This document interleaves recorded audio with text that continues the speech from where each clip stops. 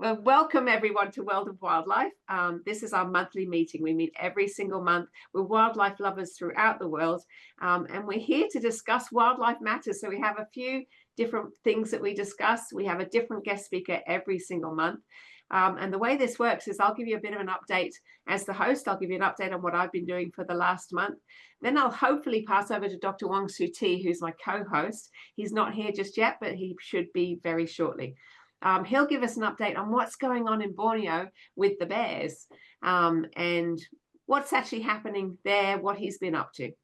And then we'll pass over to our guest speaker. Our guest speaker for this month is Albert Teo, who is also in Malaysia. He's going to be talking to us about reflections of creating an eco resort and business in Malaysia. And I'm really, really excited to have Albert here because he's got, almost a half a century worth of knowledge and experience in ecotourism. So very, very excited to have him here. Thank you very much, Albert.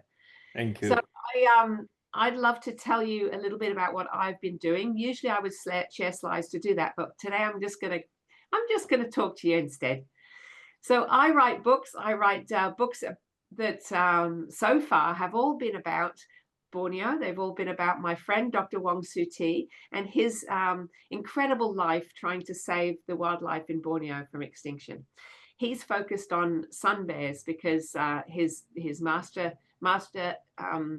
degree and his doctorate all focused on sun bear protection. And I wrote his biography, Saving Sun Bears, as my doctorate. So I focused on how we can use narratives to actually help save the world, I guess, basically by using narratives to engage people in conservation. And once I'd finished writing his biography, which was published in 2020, I started working with Wong on a series of children's books about his adventures in the jungle with different species. So there are 6 books now. There's one that focuses on sun bears, orangutans, bearded pigs, pygmy elephants, fig wasps, Sumatran rhinos, and I think that was it. Did I say 6? I think so. So some of the people here have been instrumental in that process. One being was the artist, the illustrator for the last book, Wildlife Wong and the Sumatran Rhino. So thank you for being here, Wen Bing. It's awesome. A lot of other people that come on a regular basis have worked with Wong or visited Wong at the Sun Bear Center. Peter, for instance, how many times have you visited or been a volunteer, Peter? You can show us with fingers if it helps. 7 times. 7 times Peter has been a volunteer at the Sun Bear Center. So he's doing pretty well. It's probably the most of anyone, I think. Would you agree? So we didn't have a World of Wildlife last month. And the reason we didn't have one was I was gallivanting around the world. And I'm very, very excited by what I was doing. I'm going to share my screen for a moment just to show you a couple of pictures, hopefully. I'll stop sharing if I need to. But the main 2 things that I got up to while I was gone was visiting the Galapagos Islands and spending a week aboard this incredible boat, the Samba, which traveled around the Galapagos Islands, seeing all the incredible wildlife there. Now, I've wanted to go to the Galapagos since I was 10 years old. So this was what I did to celebrate my 60th birthday. And it was the best week of my entire life. I'm going to put all those thoughts together, and I'm going to be the guest speaker, not next month, but the month after. I'm going to be your guest speaker and take you on a tour around the Galapagos. While I was in South America, I also visited Machu Picchu and did a 5-night, 6-day hike around the Salcantay area, which was quite impressive. So I'll give you a little bit of information about that too. But back to the wildlife. One of the things that I want to tell you about when I actually get to talk to you about the Galapagos is about how Ecuador has actually put wildlife first in their policy making. And this is extraordinary. It's one of the only places in the world, or perhaps the only place in the world, that has put nature first. And we can learn so much from the Galapagos. What this means is that all the animals in the Galapagos are not afraid of humans. And when I heard that, I thought that meant I probably wouldn't need to take my binoculars, What it actually meant is that I would have to step over animals. If you're in the islands, you have to move around them because they're not going to move. So these pictures were taken on my phone. Yeah, most of them are taken without a zoom on my phone, a digital zoom or anything. You can see on the left-hand side, you can see a frigate bird who is blowing up his chest to try and attract a female to land from the sky. You can see a penguin, and behind the penguin is actually a mangrove. This is the only place in the world that you can see penguins and mangroves in the same ecosystem. And you can see a very beautiful baby sea lion, which has just been born. There you see blue-footed boobies. You can see all sorts of other types of boobies. I loved this booby because it was telling me the way. And we kayaked a lot and saw incredible species like different turtles, all sorts of things. So I'm gonna keep you excited when I talk about these creatures. While I was there, I also spent 3 days working with the Galapagos Science Center in San Cristobal. I did 2 events there. I ran a workshop for the scientists at the Science Center on using narratives to engage non-scientists in conservation and teaching them the tools that they could actually use to spread their science a bit further than academic circles. I then also was lucky enough that the creators of Bear Trek, Chris Morgan, allowed me to show Bear Trek to the people at the Galapagos Center. So we had an evening film night. This film features Dr. Wong Siew Te and his work with sun bears, and it's an incredible, beautiful film. If you haven't seen it, I certainly recommend it. Since coming back, there's me in the workshops, and there's some of the people that came to the workshops and worked with me at the Galapagos Center. While I was away, though, you guys helped Emily and me to actually reach our Kickstarter goal on my next book, Curious Kai Asks Why. Now, as a publisher as well as the author, I am responsible for the entire sort of process of publishing, and part of that is finding the money to actually print. What we did with this campaign is it allowed people to pre-purchase their copies of Curious Kai Asks Why and pre-purchase other things that they wouldn't be able to get normally, like school visits and online school visits and things like that. We got more than 100% funded. Emily, what number did we end up with? Do you remember? So we ended on 120% funded. So thank you to all of you that actually put your hand in your pocket, signed up and pledged to actually get this book in front of people. Curious Kai is obviously a curious young girl who travels around Queensland meeting scientists and species that she can learn from in order to save the world. This book is now gone to the printer, and we'll have it in our hot little hands pretty soon. We will have 3 launch events in person throughout Queensland, but most important for you guys, we also will have an online launch, which will be open on the 15th of September. I'm going to send you some details to that. And once you actually register to watch the launch, you'll be sent the private launch video link, and you'll have an entire week to watch it, and watch it as many times as you like. So I'll give you more information on that as we go. Since I got back, I've had a couple of events in schools, and this one, which was a really lovely park event run by a counsellor in Brisbane. That young woman on the right-hand side is the youngest counsellor in Queensland, and she's really engaging her constituents by running events. And she ran this event about books. So it was a very cool event to be a part of. I've got a really, really big couple of weeks coming up.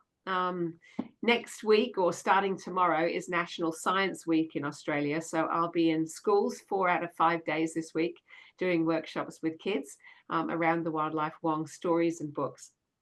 And then the week after that, it gets back to back. It gets to be Australian Book Week. And the theme for this week is book and adventure. I'll be in schools for 4 out of the 5 days for that one too. So I'm hoping that by the end of 2 weeks, I've still got a voice. Fingers crossed. I'll keep you posted and I'll tell you how I go for next time. In the meantime, I want to introduce you to Albert Teo, my friend.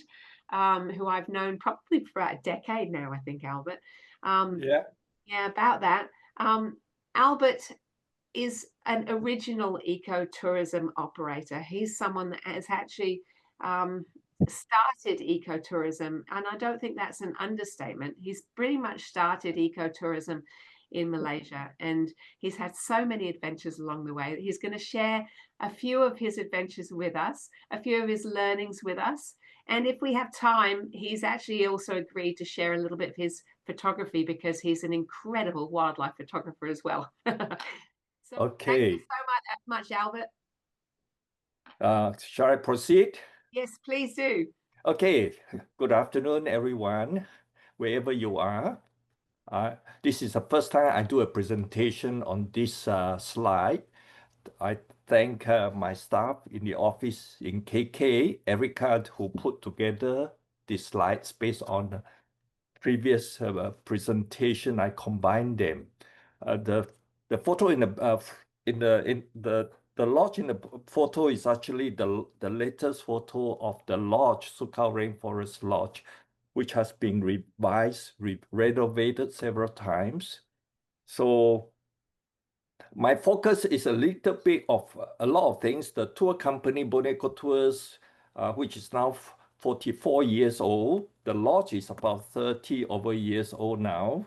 And I have a second lodge, which was opened 2 years back. And then I have an NGO, which I combine and use to do my community and the environment work. So you get a feel of how I operate my business over the last 44 years. So I tell myself in 2 years' time, I will retire. So I will follow the footsteps. I will follow the footsteps of Sarah to go to South America to enjoy my 73rd birthday with my wife. Okay. Quickly, we'll talk about the location of the lodge, which is the focus of today's talk. The beginning, early years, started in 95. Then following my dreams, I used my business model, which came out much later as I built the lodge, the 3P, triple bottom line. Number 4 would be how I develop the business and execute my dream. The 5th is how do I realize the dream by using continuous improvement and renovation over the years. Then I'm last 10 years transiting into my next part of the journey, which is to develop the leadership team. Finally, how I use the business model to multiply on the other lodges, which will be working through my son, Timothy, who is now basically taking over the business so that I can enjoy my life with my 6 grandchildren. Quickly, this is part of the northern part of Borneo. I'm based in Kota Kinabalu on the northern part of Borneo coast, Sabah. The lodge is on the east coast in Sukau. That is a Sukau Rainforest Lodge. And the other lodge which we have built is on the eastern part of Sabah at the tip of the nose of the dog. If you look at the profile, this look like the nose of the dog. Yeah. Okay. There are 2 ways to get to the lodge. In the early days, we go by overland, which is 2.5 hours, 130 kilometers from Sanakan, the eastern side of Sabah, which has an airport. And 2.5 hours in the early days when I started, the road was really, really bad. Now it's all sealed. But the alternative way is up across the bay to up the river, Kinapatangan, which is also 2.5 hours. Very scenic and a lot of opportunities to see the wildlife. And most of my villa guests will use the boat, the speedboat. The rest will go by overland. There are 2 options. Now, this is something that I developed over the years as I read and learn more from other people and both the 3P. The first, I focused on making the lodge profitable. Second was first taking care of my guests and the local community. And the third is taking care of the environment, which is the planet. So in the early days, I was really struggling with making a profit, and it's very hard to run a jungle lodge, only 20 rooms in the early day to make a profit due to the high maintenance of the lodge. So it's over the years, that's why it took so long to make a profit. So I don't blame people who find it hard to make a profit in the jungle because it's not an easy thing to do. Okay, this is the lodge. How I started the lodge was most interesting. I was looking for this piece of land, and this landowner called Kari, the local village from Sukau, he say he has a piece of land and would like to sell the land to me if I can help create a job opportunity for the local community people, especially his own children, grandchildren, and all that. So that's how we end up working at the lodge. And those days when I was already running the tour company for 3-4 years, I always believed that if you want to have a nice experience, you must include the lodge so that guests will stay overnight and have the nice experience in the jungle. Otherwise, the journey in and out is so taxing. You'll never get to see animal by the time you get to the location, which is Kinabatangan River, because it's quite a distance. So this boardwalk now is named after him, who pioneered together with me, pioneered ecotourism in this part of the jungle, which is considered very remote. So when I started the lodge, I trusted the contractor too much. We built the lodge without going in to supervise. By the time I went in, I faced a lot of challenges, things that were not done right, types of species of wood that were not used properly, trees that were overcut. So because everybody else thought that the way to build the lodge is to clear the forest and then replant the flower and bushes. So from those days, it has been a tough journey but this is not a 4-star at that time. It's just a bed with full board, yeah, simple lodge in the jungle, 1994, when I was pretty broke by the time I built the lodge. And then following years, it got better and better. We tried to apply, as I learned, about trying to reduce energy, reduce using solar, using recycled water, recycled cooking oil. Those were the early days when I practiced as much as I can. And much later, it was becoming so good that National Geographic decided to make us one of their lodges, unique lodges around the world. At that time, they were at over 40 around the world until they disbanded the brand name 5 years later, unfortunately. Yeah. Anyway, those early days, we tried to apply green principle from my involvement in ecotourism society. So I learned a little bit here and there and got a lot of books to read and learn, because there was no peers or mentor I can refer to learn all this difficult part of ecotourism. So it was really a sharp learning curve for me. So looking back after 30 years, I wonder not if I had known that, probably I would not do it again, because it was so tough. So it's not surprising that many people in the lodge, in the jungle lodge, in this area, if they don't have financial resources, it's not surprising that not many people want to do it, because it is so hard. And to get beyond this hurdle of financial sustainability is the biggest challenge before you can even think about wildlife conservation, community involvement, and all that. So I'm glad I managed to break through after so many years of persistence and grit. I would say you do need to have a lot of grit. Okay, so the first part on the top left, solar panel. I could only afford 20 panels those days, in the early days, which cost 20% of my total investment. And those were pretty useless because the cloud covers in the tropic and the efficiency of the solar panel and all that, the solar cell, the dry cell battery were not big enough to hold the charge, so it was pretty useless.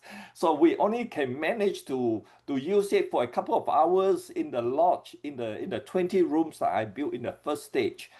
The other photo, the in-house generator, was an addition much later as the lodge expanded. So this is a series of changes we made as we invest more from the profit we made. So this is, I wouldn't say from day one that I had this. The other thing is the other one on the right is not actually the rainwater. It is a septic tank. It is for sewage processing plant. Which was only done about 10 years ago because it was a fair big investment. All right. So I think the label was not correct. Okay. This is deep pool. My son introduced the idea of having a deep pool using recycled cooking oil. So I'm not recycled cooking oil. You will drown in it. It's actually rainwater. We harvest all our rainwater. I'm hoping you weren't going to use recycled cooking oil. So we have this 400 gallons water tank to collect rainwater all over, because in the tropics, one thing you're guaranteed of is rain. And the bottom left is actually the bathroom, which is beautiful bathroom for my new villa room. Yeah. So these are different stages of development. As we grew bigger and more financially strong, we keep investing back into the operation. So from the left is the Curry Boardwalk, named after the landowner. The middle is the villa. And on the right, you can see from day one, I use electric motor. So all my river boats have electric motor in the very small tributary where there is no strong current. And this is perfect if you're a photographer and you want us to hear the sound, the songbirds, and this is perfect. And over the years, I've never been more pleased that with that, and I keep investing in it because the little things in ecotourism make a huge difference.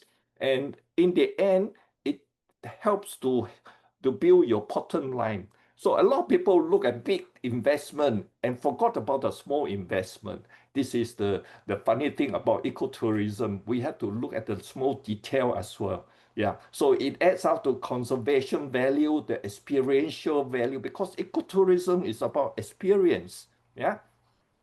And a lot of my places, the restaurant, and all that, the bar, the lounge, they are all open air to let you experience the outdoor, the environment, and all that. And our restaurant is the best of the lot with what the view on the waterfront, on the riverfront. Across there, you have the rainforest right in front of you. So the boardwalk is to bring the outside experience into the lodge, because the whole point of staying in the jungle is to experience the outdoor. So this is the new rooms, which was only built about 5 years ago. So this is, again, another big lot of investment. It's only after we built this additional 20 rooms that we actually could see some profit coming in, because the market has changed. The customer needs and trend have changed over the years. Those early days, I think that they were pure ecotourists, but my son proved me wrong and said that we go up market, we increase the experiential, the luxury part. We use a lot of things in the lodge, which for a lot of purists may think is not very eco. But nevertheless, this is what the market wants. And I think he was proven right. So we built this beautiful boardwalk, and I was very careful that we don't cut a lot of trees along the boardwalk. We kept them, even though it is very inconvenient. So if you keep playing with your handphone, you may knock into one of the tree trunks on the boardwalk. Yeah. And I was so inspired by people who visit, including David Attenborough, who came to stay at the lodge before this was built, okay? Before this was built. So when I built this 20 villa, I made sure that I have the boardwalk named after him, and we got his permission to name the boardwalk after him. So that helps to inspire the rest of the team and help me to make sure I stay focused on building a sustainable lodge. Why this is so important is, without my knowing the implication of keeping the trees, I unintentionally found that I was helping to make sure that I have a treetop canopy that is continuous, so that the wildlife can move from one side of the lodge to the other side without having their movement impeded. And this is where the orangutan find very happy to be resident at the lodge, because the baby orangutan need to learn from the mother how to move from one end to the other end of the boardwalk without depending on the mother. So it is quite incredible that on hindsight, I make the best decision to keep a few of these trees there. Yeah. So this is you see on the left picture how many trees I left. This is exactly where the canopy walkway on the top is continuous, so the monkeys and the wildlife, the squirrel can come from one end to the other end. And the best part is we made the boardwalk so wide for photographer, for in-house guests, so whenever they walk on the boardwalk, they will probably see a lot of wildlife on the trees. Yeah. You can see, for example, here, all the photos, big zoom camera, big lens, even a lot of people using smartphone, all to enjoy the outdoor. And I think that one of the unique things for staying at my lodge is this experience part. Yeah, we have two boardwalk that is about 2,500 feet long. Yeah, so it's altogether there are three boardwalk, about 3,000 feet long boardwalk that you can enjoy and do a morning walk and see all the wildlife and all that thing. And I think that this is where our lodge stand out. Can you see the orangutan there on the left, on the right photo there? All Yeah. the guests are pointing their camera on the orangutan. And that's Lucky. So you might have to tell us a little bit about Lucky. Yeah. So we have competition to name our orangutan who are resident there. The mother is called Lucky, and the first baby is called Day, because she had a lucky day. She saw mother and baby, so that was Lucky and Day. And then during COVID, we have another baby, second baby born called Hope, because we need hope during COVID, because we have no business, no tourists, no revenue, but we still must have hope. So we have three orangutan resident. Doesn't mean that you will see them every day, because it does depend on the rain, whether the trees are wet, the tree trunks is wet. Orangutan are very careful when they show up.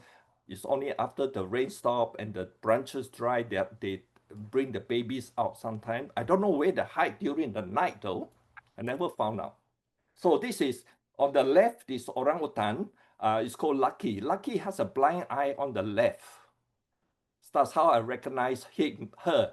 The first baby is called, that's the one on the book that I have written, Day. And then the latest baby is this one on the bottom, Hope. Yeah. So this, we see, it's interesting, over the last more than 10 years now, the orangutan, we see them growing up as I get older as well. So we are like part of the family. So it's very exciting when the guests see them. It's like their dream to Borneo has come true. Oh, beautiful. I show quickly, this is some of the wildlife we see, from squirrel to colugo to silver langur to maroon langur, long-tailed macaques, and pygmy squirrel. There are a lot more, and including birds from hawk eagle to rhino hornbill, oriental pied hornbill, fish owl, so a lot more. So how we try to encourage conservation is to have people who come to Borneo, my friends, specialists, who come and give talk to the guests. So we perpetuate the culture of conservation, not just to our guests, but also to our staff, because our staff, our guides, get to listen and learn from these guests. Yeah. So it's important. Now, after many years, now my naturalist guide will go to the school, the local school in Sukau, to give talk to the student. So we have this tradition. I think it's good to say it's a tradition which we hope to perpetuate, so that they pass on the skill, the knowledge, the culture of conservation and love for the wildlife environment to the next generation. Not only that, we also need to have static interpretation books. Some of them written with the two books on the left were written together with Carol Patterson, my good friend from Calgary, Canada. Yeah, so it tried to catalog all the past history simply because I found that after the first generation, the second generation will forget all the facts. And even for myself, I will get the facts wrong. So the only way to capture the memory and the data and the history is to capture it so that the data, the facts, the figures are correct. It is very important because I realize dementia is a real thing for me in my life now. The next stage of my life, I have to be very aware that the next generation get to appreciate the contribution, the legacy of their forefathers, like the landowner. Even the grandchildren now are working with my lodge. Before that, when this lodge was built, they were not even born yet. So it's quite incredible when you think that 3 generations has passed since then. Yeah. And this is one of the photo. Most of this stuff probably move on. Yeah, most of the stuff have moved on. But this photo will be inscribed into their mind because they had the opportunity to meet with Sir David Attenborough when he visited the lodge. Yeah, so this is how we get people like that to inspire the local community that conservation, ecotourism can benefit them, and they have a part to play in the conservation of the lodge and the wildlife. Yeah, so this is a lot of some of the staff to develop who many of these actually have resigned to form their own homestay. So they are in a sense running their own operation. And that's a great thing. I just lost one staff here, Mas, okay, right in the middle here. She is the head of she is very senior, and then she left last year to run her own homestay now. So it is a credit to her that she has risen up and moved on to a new venture. Am I speaking too fast? Am I okay? Absolutely perfect. Keep going. On the left is Sohaili, my naturalist guide. I brought him once to speak at the Eco Conference in, I think, Townsville some years ago, and he is incredible. He's a local from Sukau, and he can mimic the voice, the different voices of orangutan, whether they're sad, angry, and intimidating. He can mimic their voice, and he knows exactly their behavior. So he is one of those who do the guide in the daily boardwalk around the lodge. And if you are staying there, you probably have seen him. If you don't, you go to Facebook. He will be the one who do a lot of posting on Facebook, video of elephant crossing the river, among other things. Yeah, very interesting. Okay, this is a conservation project in a sense that here is this guy called Musaling, who is from Sukau. He said he got this piece of land used by elephant to cross the river very often. So this is the staging point where elephants swim across the river. And he want to protect and preserve this land for conservation. But he like us to help him to conserve through passing some of our tour business to him. So we have this optional tour at the lodge, where guests can book this tour and he will be taking on the tour to his land. And over the years, he has been able to generate some income through us. I think it's pretty good rather than keeping the land vacant and empty of generate no income. So this is another way of conservation by partnering and leveraging with the local people. And this is just one classic case where somebody local feel inspired and want to help in the conservation. On helping the planet and the environment, we have recent years started this program every month to have a river cleanup, and many of our in-house guests often participate in this. But more important is the fact that it creates this culture among the staff that even though it is not their responsibility to clean the river, their the part they play is very important to create the love and the awareness for the environment. I think often we speak about it, but we don't practice it. So this is where we try to encourage them to get involved. Yeah.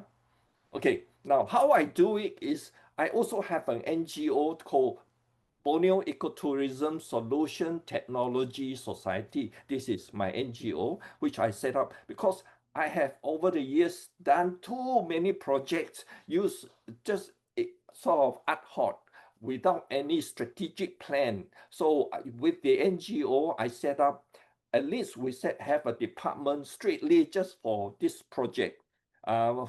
Environment, community development, and that was set up in 2007. But we, from day one in 1996, we were already working on environment project. It took me many years to have the courage and the idea to set up this NGO to make it more structured.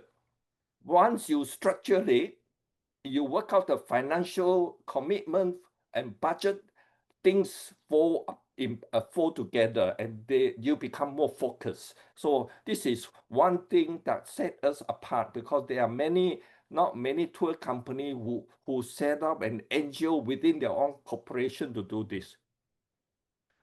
So I often read Attenborough's book to inspire myself and to see where I can do things differently in terms of environment, because my focus was on profit making in the beginning. It's only much later, once I become more financially stable, I began to look at community development and environment. And the three things together actually is what ecotourism is about.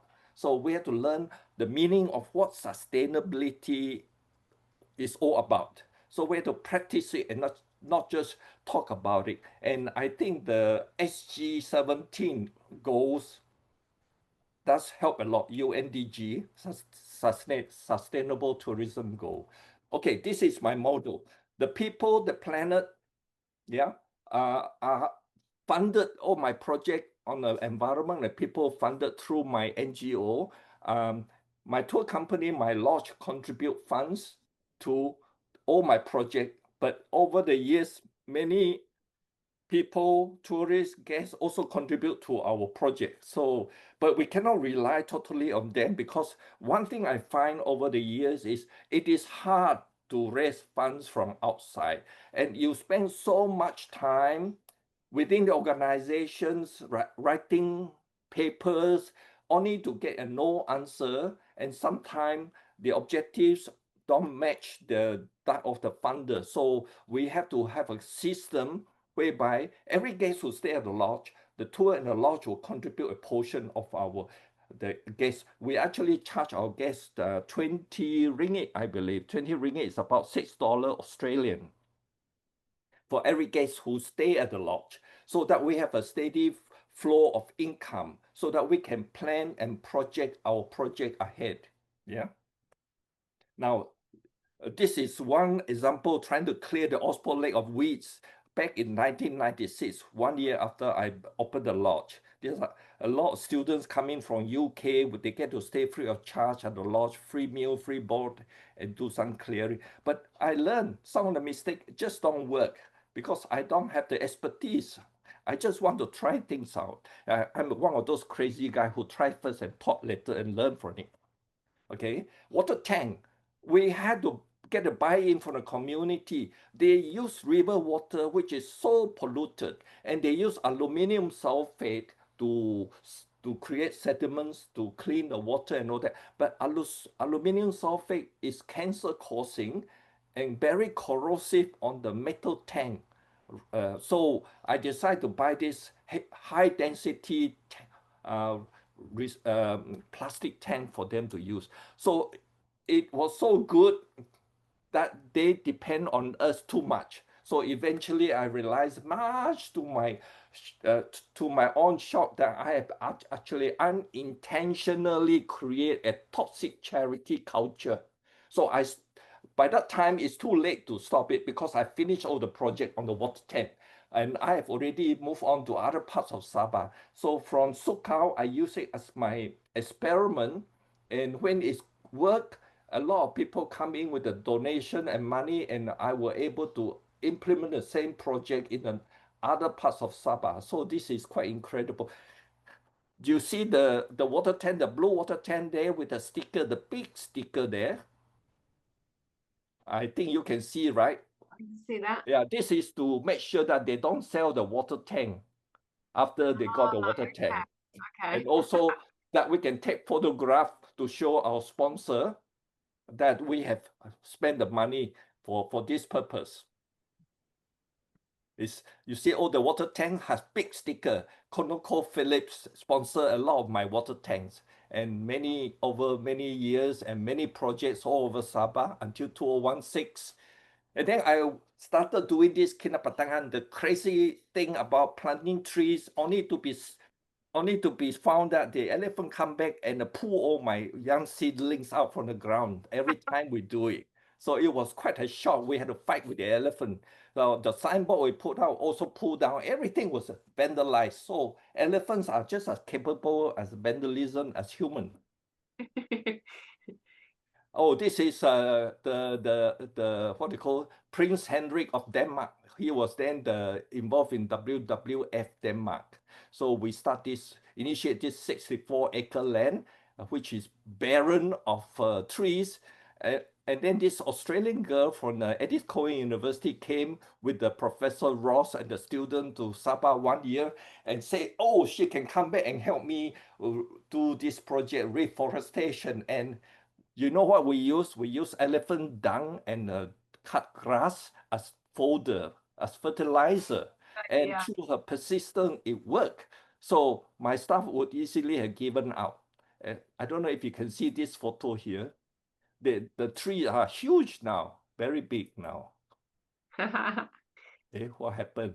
Got a couple more minutes left if that works. Okay, couple more minutes, so I go faster. Okay, so 2013 we got this UN WTO award 2013 for our project, which is named from poverty to social entrepreneurship or something like that. Yeah. Well And done. then I was trying to, I have 2015 we were all facing with poisoning of elephant, killing of elephant by plantation by other people. So we thought, oh, maybe we should do bee farming.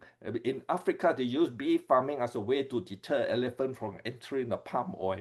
But again, we just don't have the skill set, and there were not many bees. They keep running away. The queen bee didn't like us. They keep running away from the nest. So we had to start the project over. Then, okay. So we use a lot of medical camps and in school and all that in other projects.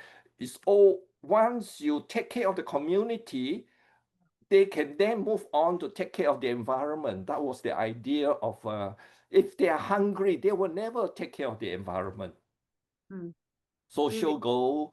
And over the years, we spent over $1 million Australian, 3.5 million to help with our projects.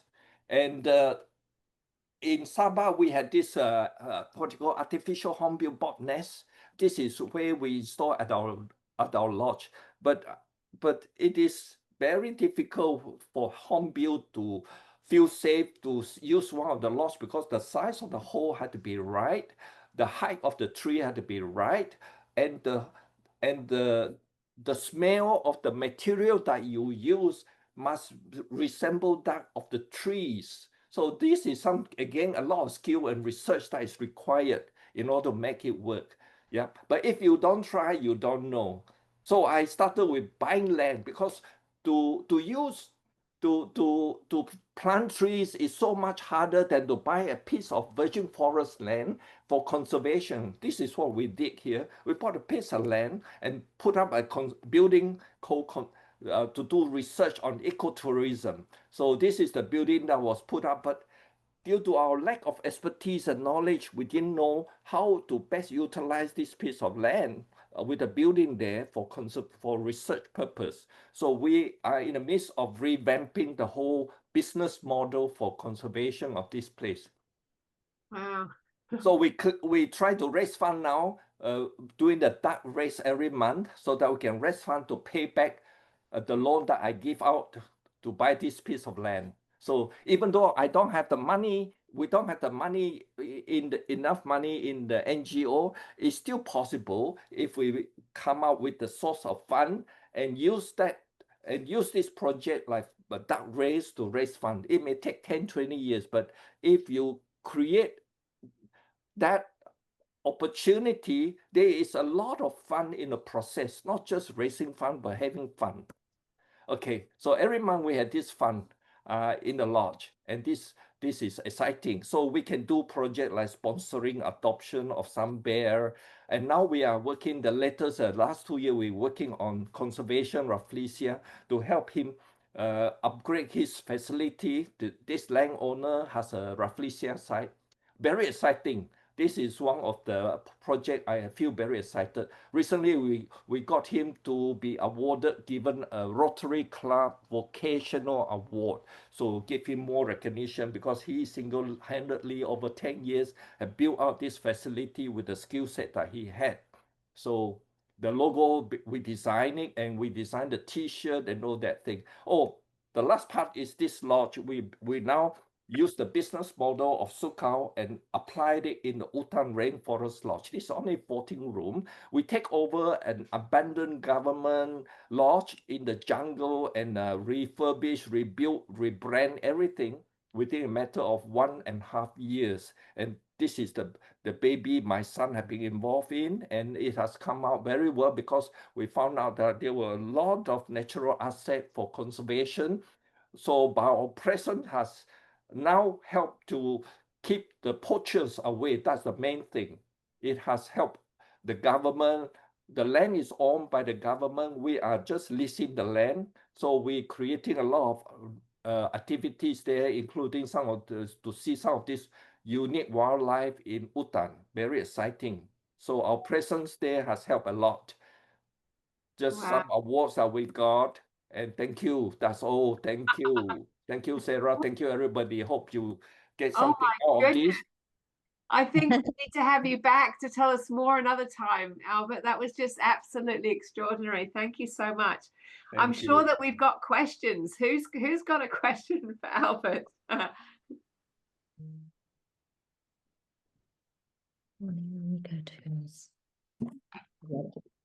Judith, did you have a question? Oh, I'd love to go. Go for it. I'll just making note of the website. Oh, lovely. Albert, do you get much support from the Malaysian government? In what financial support? No. But indirectly at one time, the Malaysian government has this incentive given to all the tour operators who build the lodge in the jungle to have a regional locational incentive. That means you pay no tax for first 5 years. But as you know, in the eco lodge, you don't make any profit for the first 5 years. So that's quite pointless. Yeah. And the other thing we did benefit was the tour operator who bring in so many tourists from overseas. We get tax exemption on our profit. So if you make a profit, that's fine. If you don't make, sorry lah. But now we have to pay tax. So we are happily paying tax to the government. Yeah. Yeah, that's important. Awesome. Good question, George. Anyone else got a question? I've got another one. Go for it, George. Albert, would you do it all again, knowing what you know now? But I'm too old to start another one. That's true. If you were young, would you do it all again, knowing what you know now? Oh, I know so much now. So I'm passing the skill to my son who is doing it now. And he is even more ambitious than me. So you will see my legacy through him. Yeah, that's amazing. Some of the things that you've taught us today, Albert, I'm shaking my head because there's so many incredible things that you do from an ecotourism perspective, but also things that, you know, that we can all learn from. Things like the boardwalk that you created with maintaining the rainforest canopy is absolutely extraordinary. the idea of taking a small amount from your guests that actually goes back into the NGO is it allows your business the continuity, which is absolutely wonderful. And some of those lessons that you learned, you know, the extraordinary that 20% of your total investment up front was solar panels. You know, we think of them as just a little add-on now, but that was such a huge part of that, trying to be sustainable. So thank you so much for taking us on that journey. Yeah. 1991 was a long time ago when it was when we didn't know anything about solar energy. It's yes, just a crazy thing. Before any of us had gray hair, right? Yeah. But I have to say that without trying and making mistake, I would not have learned so much. Absolutely impressive. Yeah. So thank you And so much. it's true. It's a lot of risk. That's why those days the ecotourism industry, building a lodge in the jungle, is unheard of. Nobody would think of helping rehabilitate the forest when they can't even survive as a business. Yeah, and obviously there's a lot of people who followed in your footsteps and are doing it well, probably not quite as well as you are doing, but there's quite a lot of people doing it now. So you started a trend, and hopefully it's an ecotourism trend in Sabah that continues. So well done, and thank you so much. Now we didn't get to a photography tour, so you're going to have to come back for photography anyway. Also, Albert and I are working on another project of writing a narrative about his lodges, so we can engage the young people in his lodges in a different way. So Woon Bing is part of that project as well. So we'll come back and tell you more about that at another time too. Thank you so much, Albert. Everyone give him a big virtual round of applause or a real one. Thank you. What I'd love to do, because we swapped things around a bit, I'd love to pass over to Dr. Wong Siew Te to tell us what's actually going on in Borneo in relationship to sun bears. Hi, Wong. Nice to see you here. Hi. Sorry, I was a little bit busy just now, you know. And thank you very much for speaking, Albert. Wonderful to tell the story. And I was actually at your lodge back in 1999, and then Suhaili was my guy back then. You see, you know, way back more than 25, 26 years ago. So amazing journey. And I still remember the first time when I was in your lodge, every visitors in Albert's lodge, you need to wear sarong to have dinner. Did you? Still do. Yes. No sarong, no dinner. Yes, they still do. But they eat dinner still. Yeah, which is very good. You know, you have very good. They all enjoyed it. Yes, very easy. Yeah. So this is a very innovative way to make foreigners to enjoy the local lifestyle. Yeah. Okay, and for me, I think our parts, everything is running in Tabin. The two bears is the two Sun Bear Captinum and Pitang. They are doing well, and although starting from last week, the elephant is coming back. It's elephant season.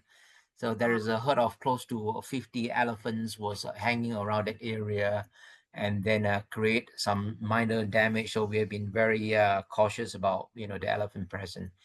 And then I do have news about the bears that we released early this year on March. Itam did not make it, I have to say. She was found dead. Yeah, Itam was released on March 10, and then she did not make it. We found her body, actually only the bones remains last month, and then apparently we think she was climbing a tree, and she fell down, and then hit the backside, the hip bones, her hip bones and her tailbone displaced, broken. And then so she was the site where we found her, there was a trees with claw marks, and there's a hole, and then so we thought she was trying to climb a tree, and then she fall down and then injured herself and then stay there, so she did not make it. So it makes everybody very, very sad after all the hard work. Yeah. So hopefully our soft release program with Pitang and Tinom would have a better success for our rehabilitation. So again, right now I need to depends on nature-based tourism to help conservation, because we need to help the local people have a jobs, so that they don't go and hunt, so that they can appreciate the wildlife that running wild. I'm sure Albert agree with me, especially with the establishment of the Utan Lodge, we in the eastern tip of Tabin, where there's no patrolling or whatever. So the presence of tourists is extremely important. Right now, we cannot choose who enter the forest, but at least we can choose what kind of people, go into the forest, because we cannot stop people going to the forest. Yeah. And then as for our center, the constructions for our entrance foyer, phase 2 and phase 3 are starting as we speak. So hopefully by the end of the year, by November or so, the entrance foyer will be completed, and we have a brand new entrance to welcome the visitors. And because next year is a very exciting year for us, Visit Malaysia year, Sun Bears, Wira, and Manja being chosen as the mascot. So we expect lots of crowd, and hopefully with the amount of tourists that coming to Sabah or Malaysia, and we will experience less poaching activities and makes the wildlife great again. Yeah. Oh, that's fantastic. So can you expand on that information about Visit Malaysia year and the 2 bears being chosen? Tell us more. So Visit Malaysia year, the Malaysia government through the Tourism Malaysia is the quasi government agency that promote tourism in Malaysia. Over the years, they have chosen several certain years as Visit Malaysia year. The last Visit Malaysia year is supposed to be 2020, but what is coming is the pandemic, so that Visit Malaysia is kind of failed. And then so again, 2026 Visit Malaysia year is where the Ministry of Tourism, Arts and Culture, MOTAC, through the Tourism Malaysia, the quasi NGO, the quasi agencies that help promote tourism in Malaysia, actively promote Malaysia as a destination for tourisms. And then over the years, they have chosen different animals as the mascot. And next year, 2026, they choose 2 sun bear, cartoon sun bear called Wira and Manja. And then so that was chosen because of the current General Secretary of Ministry of Tourism, Arts and Culture. He has came here before. Our center, a big part of the construction fund come from the ministry, the ministry, and then he came to visit us and learn about sun bears. And then he's the one who proposed the governments to use sun bears as the logo. So who they did, and then the artists who designed these 2 sun bears are very, I think he did a good job, and then these 2 sun bear, Wira and Manja, and very, very lovely, very, very cuddly, and everybody loves it. And that sounds great. Yeah, and then there has been actively promote Visit Malaysia year in many, many countries already across the world. So hopefully next year there will be more people coming in, and hopefully with the people coming in, there will be more jobs being created, and then less poaching. And then only when people are happy, the wildlife will be happy too. Fantastic. It's so good to hear, because you had a few very, very challenging years with COVID, and it's really good to see that things are coming back, and the sun bear's taking prominence where it belongs. Yes. Yeah. Fantastic. Has anyone got any questions for Wong?